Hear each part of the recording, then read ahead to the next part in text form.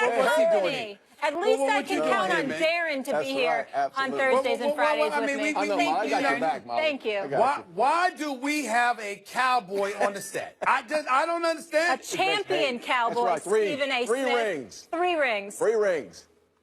Champ. Whatever. Okay. Well, you know, it's technically like preseason or you know, it's after the playoffs, so nothing wrong with having the cowboy here. It's not like that's a good point. That's a good Max. point. That's a good point. Max. Go do something else, Max. Cowboys are not really relevant right now. All right, we go Stay along from 3 the subject. Super Bowl rings to 3 suspensions. That would be what Josh Gordon has. Stephen A., I want to start with you on this one. Who deserves a chance more? Would you lean towards Johnny Manziel or Josh Gordon? Damn. I didn't even know that was going to be the question. I got to be honest with you, because as far as I'm concerned, neither. It's an easy question. I don't know. I swear to you, I just totally forgot. Let me be very, very clear. Josh Gordon is a superstar talent. But when you have suffered multiple drug suspensions, and then you are brought back when the NFL literally compromises its policy, let you back with the team early so you can hang out with them, work out with them, etc. And then on the eve that you are supposed to return, you check yourself into rehab again? I mean, damn. I want to give the brother a chance now, but I mean, I just don't know. I just don't. Now, Johnny Manziel ain't even in his stratosphere talent-wise. So from a talent perspective, you know, it's no comparison. It would be Josh Gordon. But in terms of taking a chance on somebody, Johnny Manziel's multiple problems, well documented. Nobody's oblivious to that. At the same time, doesn't appear to have the addictive tendencies that Josh Gordon has in terms of what has been reported officially. You know what I'm saying? We don't know about that. Stephen A., you don't need to tie yourself into a logical pretzel over this one. The answer is very easy and straightforward. I need help. Josh Gordon I confess, I need help. I need help with this one. Go ahead, Max. And by the way, so do Josh Gordon and Johnny Manziel. They both struggled with addiction and probably continue to struggle with addiction. That's a one-day-at-a-time type thing. They're going to have to deal with that every day. So there's recidivist behavior in terms of what got them out of the league in the first place. But if you do the time, then you know, why not be reevaluated? And I don't think that struggling with addiction on an ongoing basis is enough to disqualify someone from playing. So then it becomes about the talent. And where Gordon just struggles with addiction, it seems, Johnny Manziel struggles with addiction and not being good enough. That's where he really struggles. He ain't good enough. Yeah. He was maybe going to be good enough out of college, but was the type of player that you had to redo your whole offense around if he could have even been good enough. That's Johnny Manziel. Forget him. I wouldn't mess around with him or take a flyer on him. But Josh Gordon, in this era of receivers, you know how I feel about Odell Beckham Jr., the only receiver at a similar age to Odell who was anywhere near him was Josh Gordon. He was a transcendent type of next-level talent. Hell yeah, I would give him another shot. I'd keep giving him shots if I were a team looking for help there. You know, and if he kept blowing it, I'd probably keep giving him shots. Again, struggling with addiction, that's something that people, not to enable a problem, but if the person is serious about coming to grips with it, they deserve multiple opportunities. Manziel's struggling with, you ain't good enough. Right. And listen, I think it's a risk reward. And I think it depends on the appetite of each and every team. Listen, if you're a guy that, if you're a team that likes, doesn't mind having a situation where a Johnny Manziel comes in and, like you guys just said, the talent level is Josh Gordon is who he is. We know this guy, we've seen him on tape. We know what he can do. We still don't know. The question marks are still out there on Johnny Manziel. So it's a risk reward. If you bring in Johnny Manziel into your locker room, do you really want to have to deal with the off-the-field issues on a backup quarterback, which he primarily will be, a backup quarterback? Josh Gordon, he's a #1 guy. I mean, if he can come back, get rid of the, you know, what do you call it, Stephen A., all the good that he's out there smoking. If he can get rid of that habit. The weed. The weed. If he can get rid of that habit and you can get a guy and be half as productive as he's been in the past, then you have something. And that's the way I look. I think it's just, it's almost like Darren, this. one quick thing with it. One thing, Stephen A., what's the reality of it, though, when he hasn't played since 2014? Like, I know in 2013 he had a breakout year. For a receiver to have 2 full years off? 2 full years. But still, listen, you're going to go through that whole – teams are going to qualify him. The teams are going to go out there. They're going to look at him and say, look, we got to go through the whole progress of looking in his past, of course, give him a physical, get him out there on the field and see what he can do. Listen, I would take a flyer on Josh Gordon in a hot minute. If I'm a team that needs a number 2 receiver, and this guy can give me half of that production, absolutely he's getting a shot. Let me explain. I don't disagree with either of y'all. You're absolutely right. I don't mean to imply that. I'm just trying to highlight what my struggle is, Max, Darren, for this purpose. Josh Gordon is clearly an exponentially superior talent. I'm not denying that.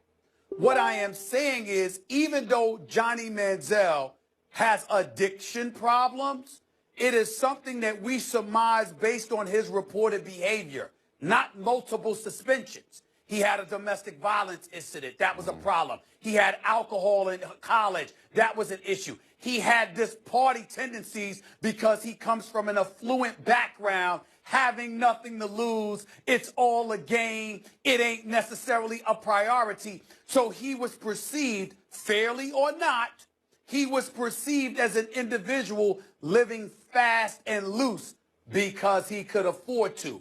That's entirely different than somebody who comes from nothing, who has nothing, who elevates himself to literally superstar status, is in line to make tens of millions of dollars, where it would mean more to him than it would ever mean to somebody coming from an affluent lifestyle like Johnny Manziel, and then still turns around and blows it because he can't stay off whatever he can't stay off. I'm not going to punish. And that's what I'm saying. There's a difference there. I'm not going to let Johnny Manziel slide because his family has dough and Josh Gordon's doesn't. That's not, to me, that's more of a reason to be down on Johnny Manziel. And by the way, if Josh Gordon is addicted to weed, I don't mean to make light of any addiction to anything. Neither do I. But addicted to weed, I mean, Dave Chappelle had a joke about that in Half Baked. I'll leave it there. Johnny Manziel, before he ever even got to camp, as soon as he turned pro, I think it was after the draft, there was a picture of him in a bathroom with a rolled-up dollar bill. I mean, that's a totally different situation. Yeah, well, go ahead, Darren. A much more serious situation. Absolutely. I look at Johnny Manziel. His problem is social media. The way he goes about his business and the perception that's out there. Yes, it may be a weed problem and it may be an alcohol problem, but it's also a social media problem as well. Josh Gordon, let's just call it what it is.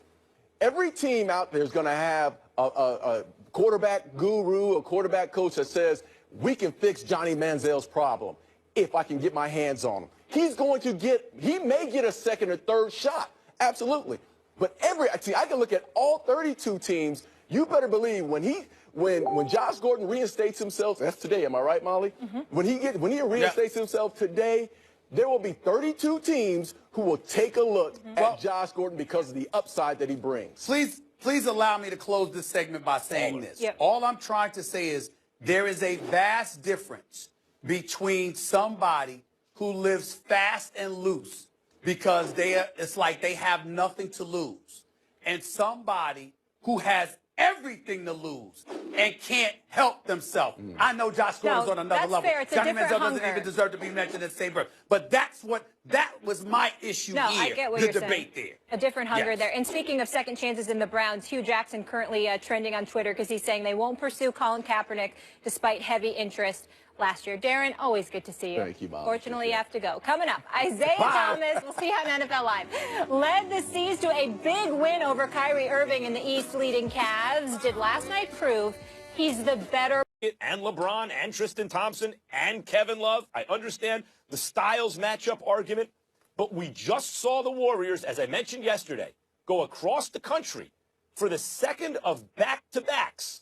They didn't have Kevin Durant for most of the game, and Steph Curry spent his second consecutive night ice cold. The Wizards, one of the top teams in the East, are playing at home and highly motivated, on a roll, and won by the skin of their teeth. And that's because the Golden State Warriors, like the Spurs, are extremely well coached. They're familiar with each other. They play as a machine. They have unselfish players. They can play the modern brand of basketball as well or better than anyone. And when you add Kevin Durant to the mix, and you Steph Curry, MVP, Kevin Durant, MVP, Klay Thompson, they have an offense, Stephen A., where a lot of the times the best option for the opposing defense is a wide-open Klay Thompson, who might be the greatest shooter ever, or at least capable of getting hotter than anyone ever. That oftentimes is the best option for the defense, and to mention nothing of Draymond Green and guys on the bench like Iguodala and Livingston and all that, and the championship pedigree. This one, I get why people would talk about the Spurs, but they should not be hopeful that Durant comes back and plays for the Warriors if they believe that if the idea is, yeah, because we have a better chance against the Warriors with Durant than against the Spurs, because they are wrong about that. They have a much better chance against the Spurs than against the Warriors at full strength. I'm not sure about that, and I don't see how you can say that considering that experience matters, savvy matters, tempo matters, physicality matters. All of those things come into play come playoff time. If you're just looking at it in a vacuum and you're looking at the level of talent that exists and you're dreaming about this epic matchup between the Cavs and the Warriors, it's understandable, Max. The issue in question, however, is this. We've been talking so much about the Golden State Warriors. Let me give you a reminder. Do you realize that the San Antonio Spurs are 46-13? Do you realize that the San Antonio Spurs are the #1 ranked defense in the National Basketball Association? When you combine that with the fact that I look at some of their shooting in terms of three-point field goal percentage, they're #1. #1. So they make threes, all right? They take great shots. They play great defense, and it's a collective effort. And more importantly, the tempo that they play at is not conducive to something that would be advantageous for the Cleveland Cavaliers. LeBron James Other than tempo, though, Stephen A., everything you just said about the Spurs applies to Golden State, but with Durant, better players, period. Like, Tony Parker's good, even though he's older. He ain't close to Steph Curry. As great as Kawhi Leonard is, Kevin Durant is better. Draymond, like, just think about the starting fives. Tony Parker, Danny Green, a very old Pau Gasol, still effective offensively, defensively not as much. LaMarcus Aldridge, you want to Steph Curry, Klay Thompson, Kevin Durant, and Draymond Green? It's just more talent on one side, much more. First of all, Max, a couple of things you got to consider. Understand that the San Antonio Spurs have 10 players averaging better than 17 minutes a game. 10. It's #1. #2, when we talk about age, we're going to assume, because we make these prognostications and beyond based on people being healthy on the court playing. Once you're healthy and you're on the court playing, it's no back-to-back. You're getting about 2 days rest between games, okay, because you're healthy for each game.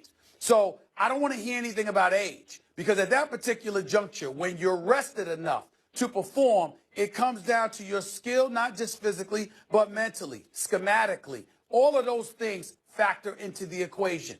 What I'm saying to you is that even though Golden State is elite as a defensive unit, they're elite when it comes to steals, they're elite when it comes to their length and how they're able to defend perimeter play. But if you're Cleveland and you're hell-bent on going down low and imposing your physical will against them, that is the weakness of the Golden State Warriors. It is not the weakness of the San Antonio Spurs.